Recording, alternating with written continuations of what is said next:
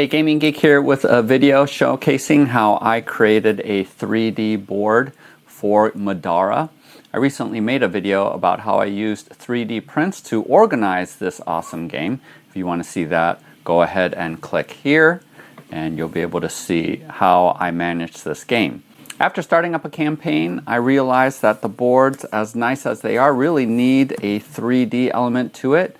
And after looking at some options, I decided to go the route of printing out 1.5-inch squares. Now, these squares I got from Highground. I'll leave a link down in the description below if you want to check that out. And all I did was shrank it down to 75%. And so everything that's printed from Highground is actually just at 75%, and I printed as is. And so I'll also leave a link and show you all of the files that I downloaded. It was relatively cheap to do that option. So without further ado, we'll go ahead and go into the process and some of the decisions that I made and how I ended up deciding on this system. Okay, so if you take a look at the original boards, they are pretty high quality. And I like how even here on the green, it's shiny and glossy there. It's pretty thick quality board. And overall, I am impressed with the artwork on these tiles. And so it screams to me to have some 3D elements. And one of the things that you can do is just grab some of what I have are Hearst Arts. These are just basically plaster casts from the cavern set. I think that's what these are. But you can add these in just like this on these red spots as overlays. And that sort of functions as providing a little bit more 3D. But one of the things that I realized pretty quickly is these miniatures are pretty chunky. Especially Remy here with her massive wings. It is really hard to position her around on the board. And then if you take a look at these bad guys, they take up quite a bit of space as well. So in my mind, I really thought that this board could use a custom board, or at least I wish that these squares were more like 1.5 inches rather than 1 inch, because look at how crowded that board gets. So this is why I started sort of thinking about what kind of 3D options are there. So because I had a bunch of 1.5-inch tiles for my game Crossmaster, if you want to check that out, go ahead and click here.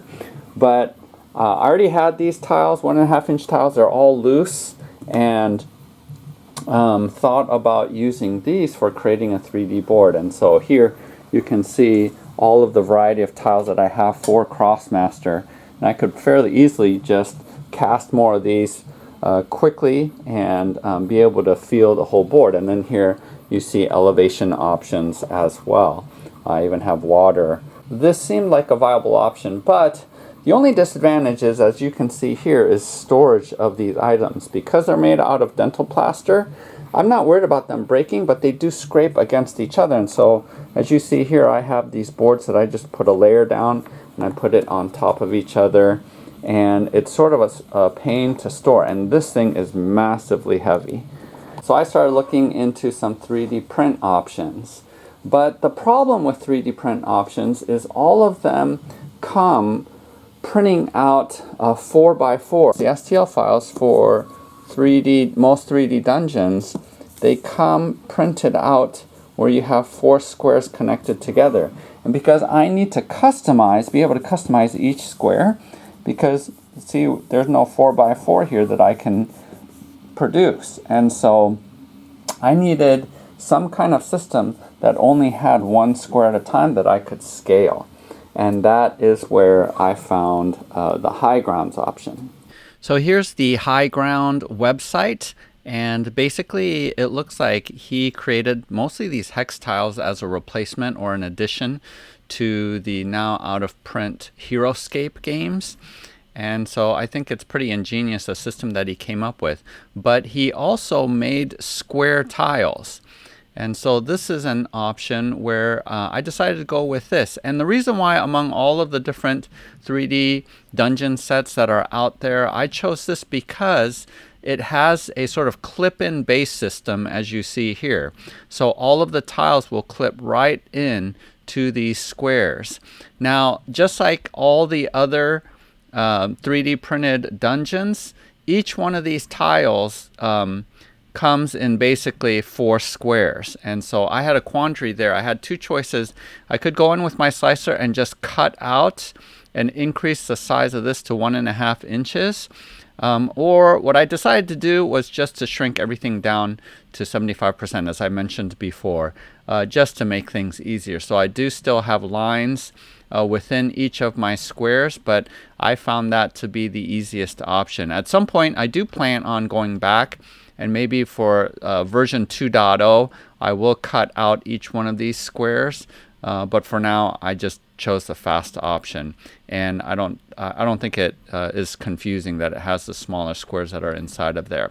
So just by having this system where they can clip in like this makes setup a lot easier than if I had to do the open lock system where each one would have to clip in sideways. So this just makes it a lot faster, and that's the reason why I ended up choosing this. Among these, I ended up buying this double 5 high base for the raised areas, as well as the single over here. So this is $350, this is $250. So this is actually really affordable. I bought the whole geyser set, and that's what I'm primarily using for the floor.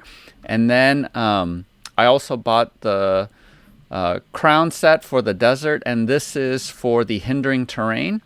I also bought the water set right here for all of the water. I also bought this one here for the tops of the raised areas. And honestly, you could choose to use these as your floors. And so let me zoom in on that a little bit further. And out of these, I think these 3 tiles here you could use as a floor, because as you can see here, the lines separating these out into 1-inch squares is barely noticeable. So it makes it such that if you wanted your floors to look more like a whole square rather than split into 4 like this, this is a good option. You don't have to use the geyser set like I did. So that's one option. At some point, I am going to get the grass right here for the outdoor tiles that's in the set, and we'll probably slice these. Now, the water that I printed out, I did print on edge or sideways, like it shows here, because the texture just prints a lot better when you print it sideways like this. And so for the water, because of the waves, I wanted the waves to be more distinct. I did print them upright like this, but all the other tiles I did print flat. Especially when you shrink it down 75%, the bottom that touches the print bed is really small, and some of them were warping and peeling off during the print. So I did use a raft to keep it more secure on the ground. Also, you do have to reduce or adjust your extrusion multiplier, and your slicer, each slicer is different in how you do that, but go into your settings or Google how to reduce extrusion multiplier and sort of experiment, print out a test piece first. And I found out that on my Prusa, I needed to print at 0.95 extrusion multiplier. So I want less PLA to come out than what is typical. So you'll want to experiment as well. Your machine might actually be okay printing at normal and you'll be able to clip it on, but for me it was too tight. I couldn't really clip it on very well, so I had to reduce my extrusion multiplier. So make sure you experiment before you print out a bunch of these, but that is pretty much high ground. Now it is possible to if you already have a favorite texture or dungeon square, you can actually cut that, if you know how to do that, in your slicer and put it on top of the base of these high ground tiles, if that's something you want to do. And in fact, at some point I'll show you how to do that, because I will actually do that with the grass tiles. But for now, I just went ahead and bought these and used these instead and spent very little money on the STL files. So basically we're going from this to this. And because it's at 1.5 inches, obviously it's going to be a little bit larger. But look at how cool this board is, and there is plenty of space here.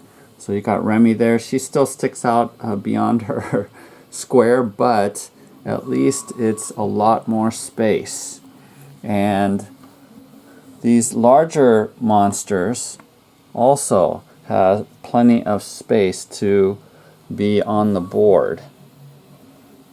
And so that's what I really like about having the larger 1.5-inch squares, because you have plenty of space for the miniatures as well as all of the terrain, and I think it looks fantastic. And so this is going to really, I think, enhance the game a lot. So this just makes it that much more exciting. This game is a lot of fun. And I think having this 3D board will make it even more so. Now, how this board is put together is basically on these connectors. And so I have 2 sizes on the board right now, which is this 2x4 as well as a 4x4. And so I wish I had something that was 6x6, but I think I'm going to have to, the best I can do is a 6x4 that I can glue this on here. But the tiles come off really easily, and so what I wanted is just something to connect it and hold it together. But the tiles can be replaced and changed fairly easily. So yes, setup time will take some time because you do need to individually place these boards on there. But because our gaming group only plays one scenario at a time, I can create the board before everyone comes over and we can play that scenario. And so I think this looks really cool.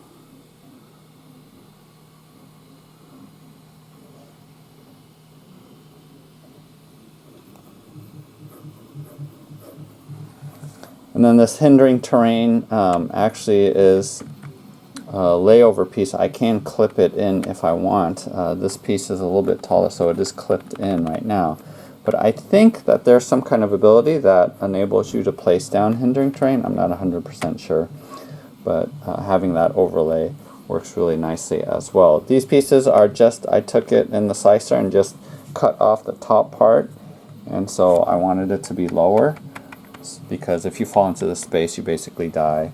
And then I also made these totems. I grabbed this off of Thingiverse. So, and these walls are actually from printable scenery, and I'll leave links down at the bottom for you guys to see. So it's a pretty cool solution, and what I really like about it is it's very durable, so I can just throw these into a bin and container and don't have to worry about it cracking or breaking, and it's much lighter than the plaster. I also made this handy dandy tile holder, and this actually is from Thingiverse and is originally a unit tray for the game Joan of Arc and Time of Legends Joan of Arc, and I just stretched it out so that it would fit these tiles and hold them, and so this is really neat. I'll also have later on in the video some instructions about how to modify that in your slicer to make a holder for your tiles.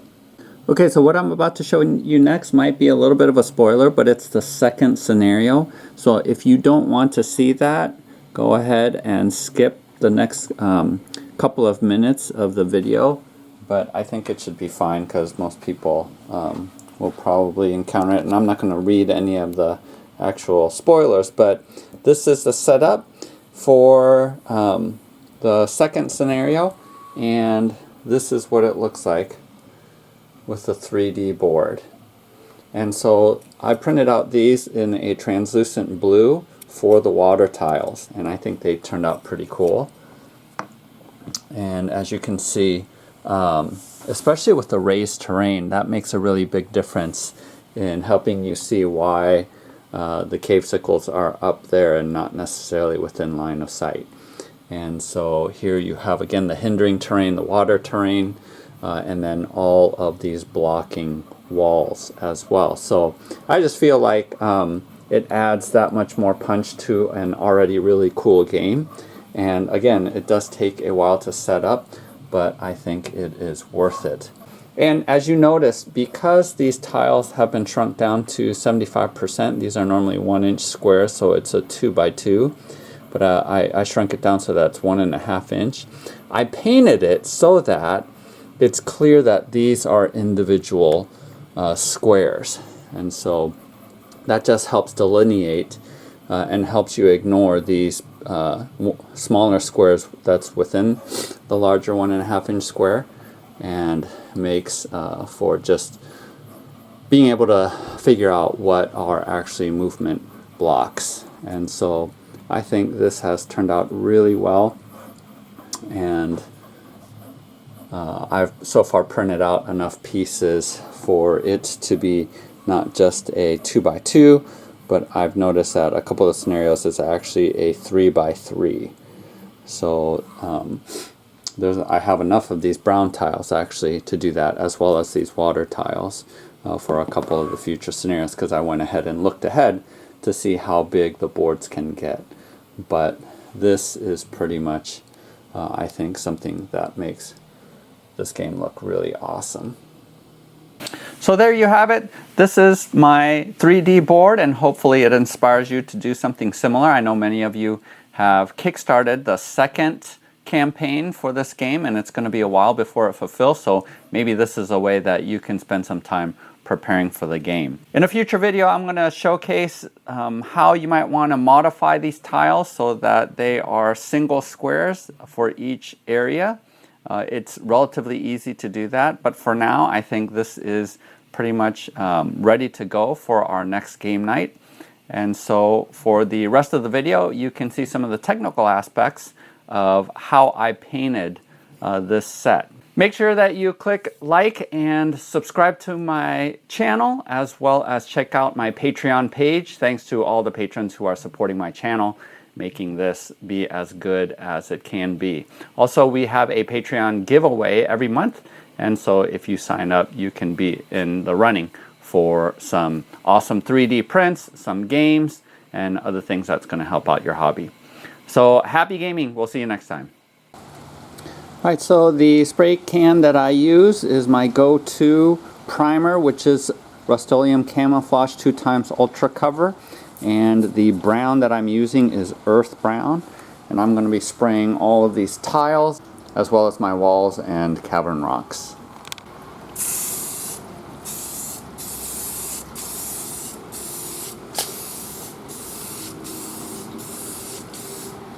For my gray, I am using Chalky Finish Anvil Gray.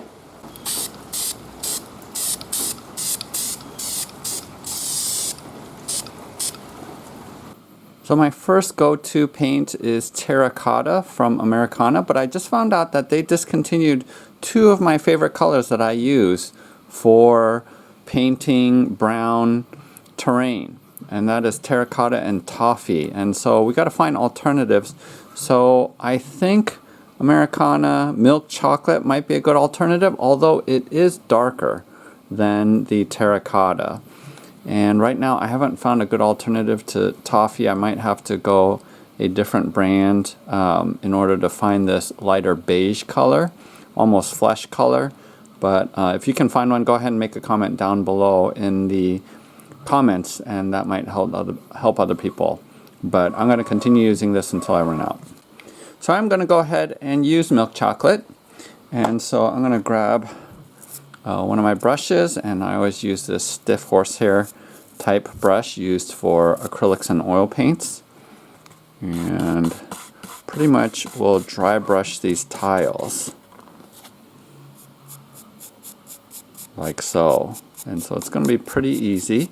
And what I'm going to focus in on is actually sticking to emphasizing the middle section of the tile, because of these tiles having four partitioned areas.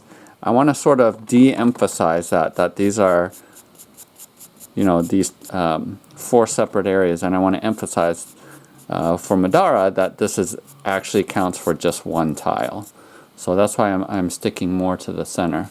And as you can see, it doesn't do a whole lot of difference. We're going to notice much more. But with this first coat, you be liberal and go all directions, because when we do the lighter color, we're going to do that to be a little bit more dry and just hit the highlights. But this first coat that we're going to put on, we want to actually put quite a bit on here. And I will do a second coat because this dark brown is pretty dark, and so it's hard to see this color against there.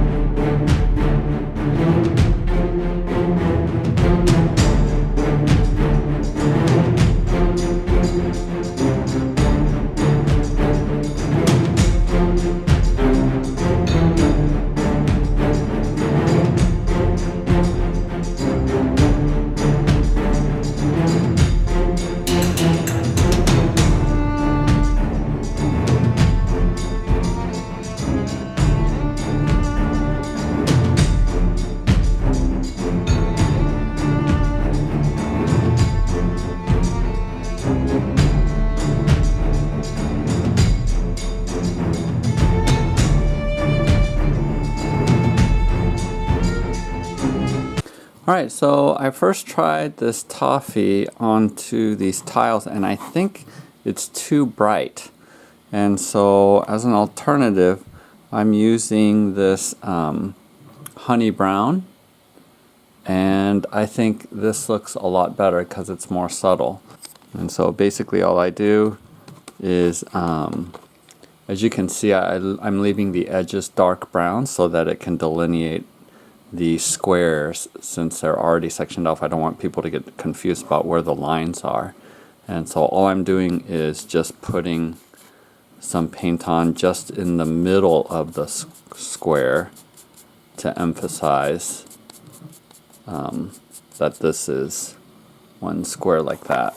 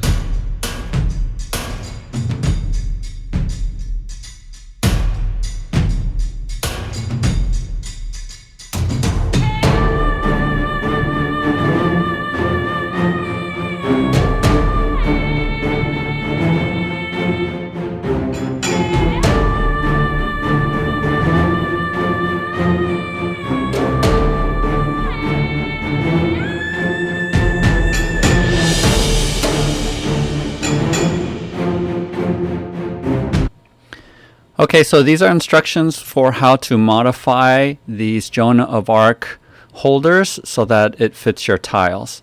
So the first thing you want to do is go to Thingiverse and pull down 3687489 and download all the files, and then go to your slicer and open up the troop carrier, either the medium or the short, it really doesn't matter.